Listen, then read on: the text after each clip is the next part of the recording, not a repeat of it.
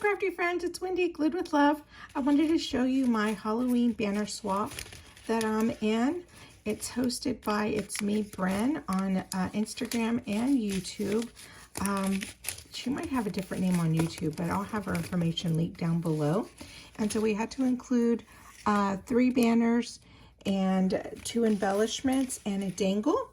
I'm not really good with dangle charms, especially larger dangle charms, because just because it's a lot on my wrist. I have rheumatoid arthritis, so sometimes it's just a little tricky. But I did include some really cute charms on a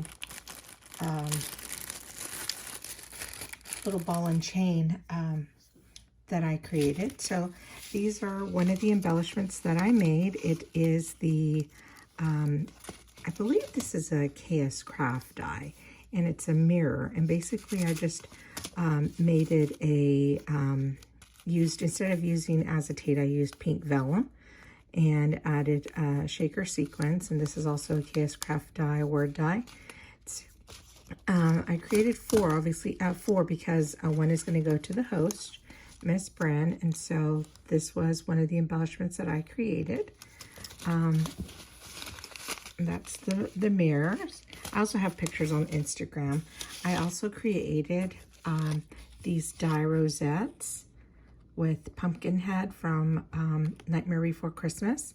And this actually is a stamp. This is a die, but this right here is an actual, I stamped and fussy cut it and put it under his neck to make it look like part of his costume ensemble. So I made a few of those. Of course, I'm going to package them up in their own little envelopes.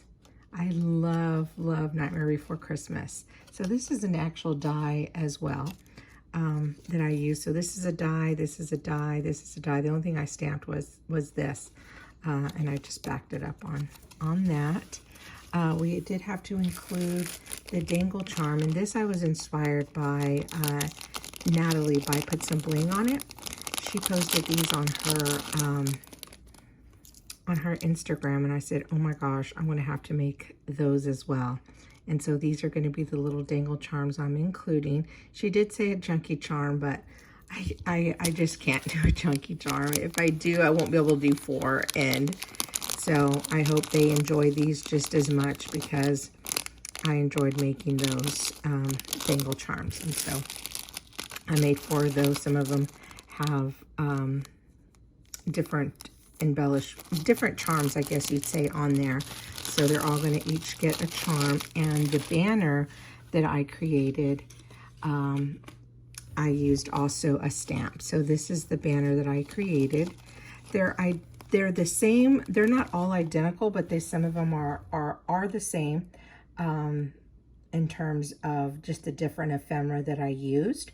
And so what I did was I actually took 2 pieces of acetate and sewed in the tool that I bought from Joann's last year.